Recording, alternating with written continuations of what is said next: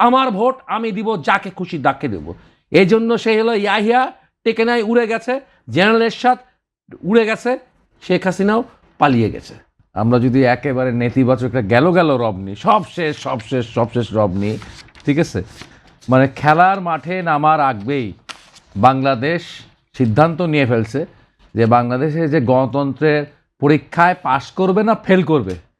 তো সেখানে আমি আগে থেকেই সিদ্ধান্ত নিলাম বাংলাদেশ এই গণতন্ত্রের এই পরীক্ষায় ফেল করবে। এবং সেটা যদি আমরা বারবার বলতে থাকি এবং ব্যাপক আকারে প্রচার করতে থাকি, তাহলে ওই যে আপনি যে ভোটারের নিরাপত্তার কথা বলতেছেন না, ও সেদিন বাসায় বসে বসে টিভি দেখবে আর ফেসবুক দেখবে, সে ভোট কেন্দ্রে যাবে না। আর সে যখন ভোট কেন্দ্রে যাবে না, তাহলে সবচেয়ে বেশি খুশি কে হবে? সবচেয়ে বেশি খুশি কে হবে? এটা আমাদের আগে ভাবতে হবে আর কি। বাংলাদেশে যদি একটা সুষ্ঠু নির্বাচন না হয়, বাংলাদেশে যদি ভোটারদের অংশগ্রহণমূলক নির্বাচন না হয়, ভোটাররা যদি ভোট দিতে না যায়, তাইলে সেই পার্সপেক্টিভটা আসলে কার পারপাস সার্ভ করবে, এটা আমাদেরকে একটু মনে রাখতে হবে। তখন কিন্তু পতিত স্বৈরাচারকেই হচ্ছে তখন আপনি একটা লেজিটিমেশন দেবেন এখানে ভোটার সংখ্যা কমায় দিয়ে। ফলে আমাদের এইভাবে করে আসলে দেখার সুযোগ নেই।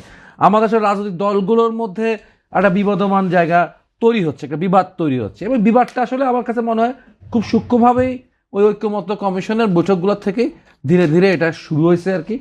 যে ঐক্য বা যে সিচুয়েশনটা ছিল 5ই আগস্ট পরবর্তী রাজনৈতিক দলগুলোর মধ্যে যে সহমর্মিতার জায়গা ছিল, সেটা ভেঙে চুরে একদম চিরেচেপ্টা হয়ে গেছে ঐক্যমত্য কমিশনের বিভিন্ন মানে সময় ক্ষেপণের মধ্য দিয়ে। এখন যে জায়গাটা আমরা একটু দেখতে হবে, একটু বুঝতে হবে, সেটা হচ্ছে এই প্রসঙ্গটাকে আপনি এড়ায় যেতে পারেন না। সেইটা হচ্ছে আমরা প্রথম কথা মেনে নিচ্ছি আমরা ঠিক এই মুহূর্তে কোনো গণতান্ত্রিক কাঠামোর মধ্যে নাই, ঠিক আছে? অগণতান্ত্রিক এই মুহূর্তে অগণতান্ত্রিক বলতে পারেন বা না বলতে পারেন, কিন্তু এটা ডেমোক্রেটিক স্ট্রাকচার নয়।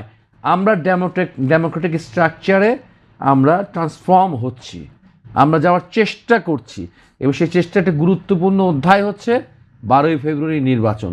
এটার মধ্যে এই 12ই ফেব্রুয়ারি নির্বাচন হয়ে গেলেই গণতন্ত্র হয়ে যাবে তা নয়, ঠিক আছে? এটা একটা গুরুত্বপূর্ণ মানে পদক্ষেপ, এইটা এক গুরুত্বপূর্ণ জায়গা 12ই ফেব্রুয়ারি এই নির্বাচন।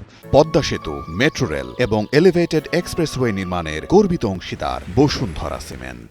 এই নির্বাচনকে কোনোভাবেই হচ্ছে গিয়ে যদি আমরা হেলাফেলা করি, নির্বাচনের নিরাপত্তা নিয়ে যদি আমরা হচ্ছে আগেই হচ্ছে গিয়ে গেল সব গেল বলে রব তুলি, তাহলে বিপদ হবে, 1 নম্বর। 2 নম্বর একটা কথা মনে রাখতে হবে, এবং এটা আমি খুব গুরুত্ব দিয়ে বলতে চাই, সেটা হচ্ছে যে একটি দেশের নির্বাচন কমিশন কতটা স্বাধীন হবে, একটি দেশের নির্বাচন কমিশন কতটা হচ্ছে নিজের মেরুদণ্ডের উপর দাঁড়ায়া কাজ করবে, তা একান্তই নির্ভর করে সে সময় যে নির্বাচনকালীন সরকারটা থাকে সেই নির্বাচনকালীন সরকারের সদিচ্ছার উপরে। সরকার কেমন নির্বাচন করতে চায়, আমরা লিপ সার্ভিসে বিশ্বাস করি না, আমরা কোনো লিপ সার্ভিসে বিশ্বাস করি না। বাস্তবে আপনি কি কাজ করছেন, মুখের কথা না, যে কাজগুলো কি করছেন সেটা বিশ্বাস করা যায়। আমাদের স্বরাষ্ট্র উপদেষ্টার যে কারবার, কিন্তু কনফার্ম 15% অস্ত্র উদ্ধার হয় নাই, কিন্তু ওই অস্ত্র নির্বাচনে ব্যবহার হবে না। আপনারা কে কনফার্ম করে দিল? কার সাথে আপনি আন্ডারগ্রাউন্ডে বৈঠক করে এটা কনফার্ম করলেন? কোন গোষ্ঠীর সাথে বৈঠক করে আপনি আসলেন? অর্থাৎ জনগণের মধ্যে নানা ধরনের প্রশ্ন এবং আতঙ্ক তৈরি করে দেওয়ার জন্য আমার মনে হয় সরকারি চেষ্টা করতেছে আর কি, এরকম একটা পরিস্থিতি।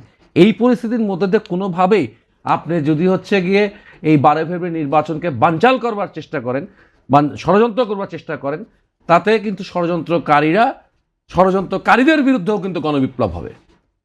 এই নির্বাচন বা মানুষের ভোটাধিকার মাথায় রাখবেন যে বাংলাদেশে যতগুলো গণবিপ্লব এখন পর্যন্ত বা গণ অভ্যুত্থান বাংলাদেশে যতগুলো হয়েছে, সমস্ত গণ অভ্যুত্থানের একটি কমন থ্রাস্ট ছিল, কমন থ্রাস্ট। সেই কমন থ্রাস্টটা হচ্ছে গণতন্ত্র, কমন থ্রাস্টটা হচ্ছে আমার ভোট আমি দিব যাকে খুশি তাকে দেব। এই জন্য সে হলো ইয়াহিয়া টেকেনাই উড়ে গেছে, জেনারেল এরশাদ উড়ে গেছে, শেখ হাসিনাও পালিয়ে গেছে।